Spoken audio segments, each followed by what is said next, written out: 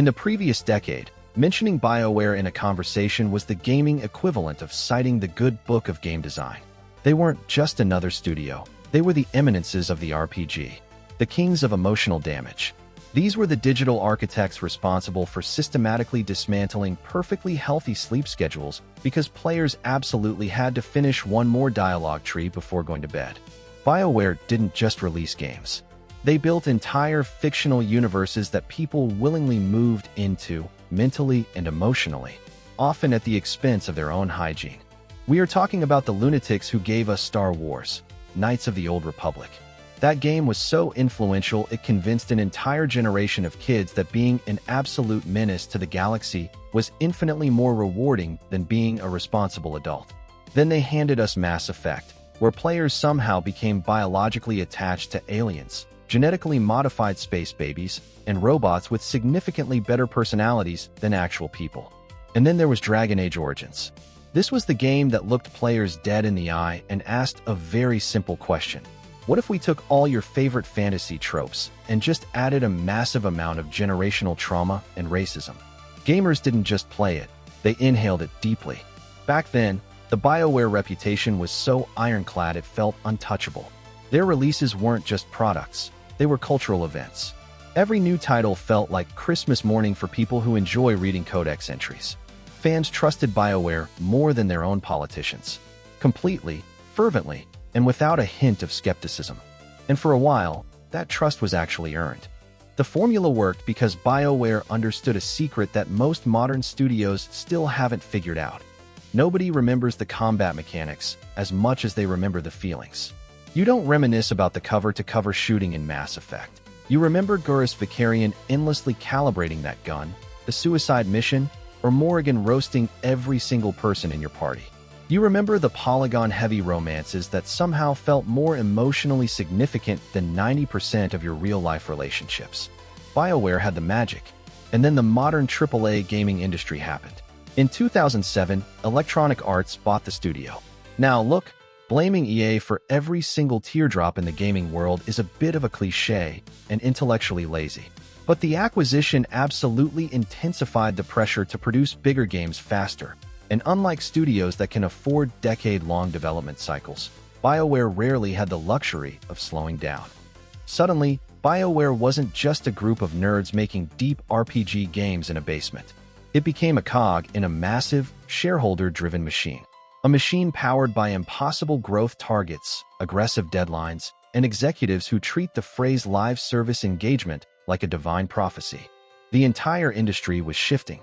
Games were getting more expensive, so publishers wanted them to be broader.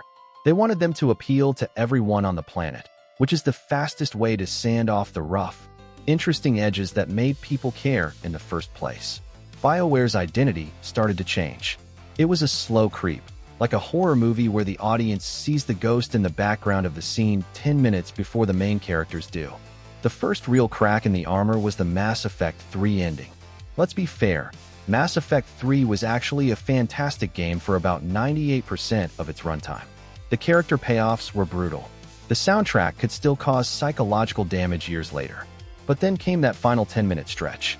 Gamers reacted to that ending like BioWare had personally broken into their living rooms and set their childhood photos on fire. The backlash was legendary. We're talking about a level of internet fury that resulted in people mailing actual cupcakes to the studio. Cupcakes. It was the most polite, sugary form of domestic terrorism ever recorded. While the internet definitely overreacted, as it is legally required to do, the controversy revealed a bitter truth. The blind trust was gone. The studio's untouchable genius image had a massive, neon-lit fracture. And then came Dragon Age 2, the ultimate speedrun of suffering for developers. This is one of the clearest examples of what happens when you force a creative team to build a massive RPG at gunpoint. The game was reportedly cobbled together in about 18 months. You can't even properly ripen a friendship in that time, let alone build a sprawling epic. And oh boy, anyone who played could tell. The recycled environments were ridiculous. You'd walk into a cave in the first act, and then walk into that exact same cave 5 hours later. Only this time the developers had cleverly blocked off a hallway with a crate and called it a new location. It was quest design held together with duct tape and a heavy dose of prayer. The most tragic part? The writing in Dragon Age 2 was actually quite good. The characters were compelling, but they were trapped in a world that felt like it had been rendered on a tea break. It wasn't a disaster because the talent had vanished. It was a disaster because the corporate machine demanded output faster than human beings can reasonably create art. In this modern era, the magic has been replaced by a spreadsheet, and the fans are still waiting for a dialogue choice that actually leads to a happy ending. The BioWare Magic delusion, served with a side of sarcasm. If you are enjoying this video, take a moment and subscribe to the channel. YouTube's algorithm is finicky if the viewers don't show interest and may never show you my videos again. Let's continue. BioWare had a reputation for crafting worlds that made you want to quit your day job and become a space maroon diplomat. The studio's name alone was enough to raise expectations to stratospheric levels. Then came the moment when everybody thought the next project would be a slam dunk. A game with jetpacks, Iron Man-style combat, co-op sci-fi action, a massive budget, and the blessing of one of the most respected houses in gaming.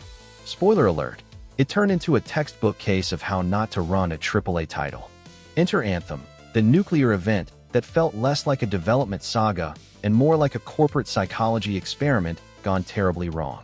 Early promises were glossy, but behind the scenes the team was wrestling with a mess of indecision, ever-shifting direction, half-baked systems, and an engine that seemed to have a grudge against performance.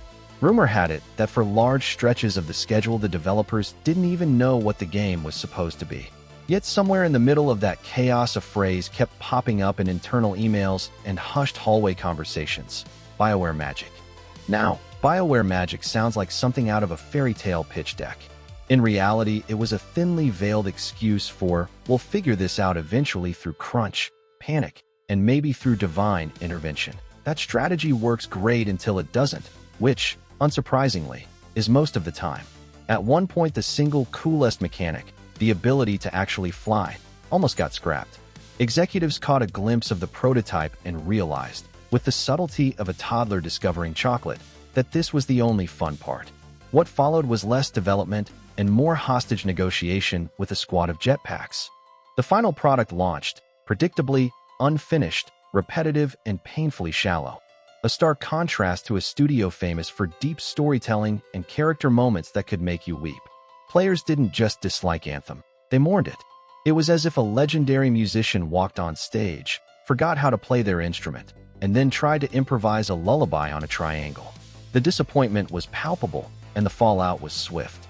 Before Anthem could fully self-destruct, Mass Effect Andromeda had already given BioWare's reputation a nice, bruising slap. Andromeda was not the worst game ever made. It was simply unfinished, inconsistent, and lacking the emotional heft of its predecessors. The internet, however, treated it like a war crime. Its facial animations became instant meme fodder, each awkward smile and dead-eye stare shared by thousands of users like a viral disease. The moment a game becomes a meme, the damage is practically permanent. Gamers are willing to forgive bugs. They are not so forgiving when your studio becomes the punchline of a never-ending joke. The real kicker arrived when the talent that had built BioWare's golden era started exiting en masse. Writers, directors, producers, veteran developers, the very architects of the studio's mythos, slipped out one by one. As the roster thinned, fans began to wonder whether BioWare was still the studio they loved or just a logo perched on a completely different corporate entity. Nostalgia turned to grief the moment the people behind the magic vanished. Add to that the industry-wide obsession with live-service revenue streams. Destiny 2, Fortnite, and 1,000 other forever games convinced publishers that every title needed recurring income, endless engagement metrics, and seasonal monetization models. Single-player RPGs were suddenly relics of a bygone era, and BioWare, a studio built on handcrafted storytelling, found itself dragged into a casino-like business model where the house always wins. Anthem became more than a failed game. It became a studio identity crisis rendered playable. The true villain in this saga is the delusional belief that profits must climb forever, that player engagement can never dip, that developers should crank out bigger games faster, and that creativity can survive being treated like a quarterly factory output. That belief is unsustainable. Eventually, developers burn out, talent walks away, players lose trust, and magic is replaced by spreadsheets. So, Can BioWare pull itself out of this mess? It's not impossible. But look at this. Another problem of modern AAA studios that benefit from is the industry's bizarre ability to normalize mediocrity. A broken launch gets called promising. A shallow RPG becomes a strong foundation. Review scores stay inflated because publishers, marketing cycles, and gaming media all operate inside the same giant ecosystem of hype management. Meanwhile, players are left staring at a $70 product wondering if everyone else played a completely different game. There are still people inside the studio who remember why players fell in love with these universes in the first place. Upcoming projects are not just fresh releases, they are experiments. They test whether BioWare can rediscover its identity after years of confusion, corporate pressure, trend chasing, and public disappointment. At this point, BioWare has lost more than what it had gained. Right now, the studio that once defined RPG storytelling feels like a ghost wandering through its own legacy, searching for the last traces of that magic that made players fall in love with it in the first place. And honestly, that might be the saddest side quest in gaming history. This would be the video for today. If you enjoy it, please leave a like and subscribe to the channel. I would really appreciate it. Leave me in the comments when was the moment you realized BioWare wasn't the same studio anymore. In my case, it was when they announced Anthem. My gut feeling was telling me that something was off with it. I'll read your answers below. Bye.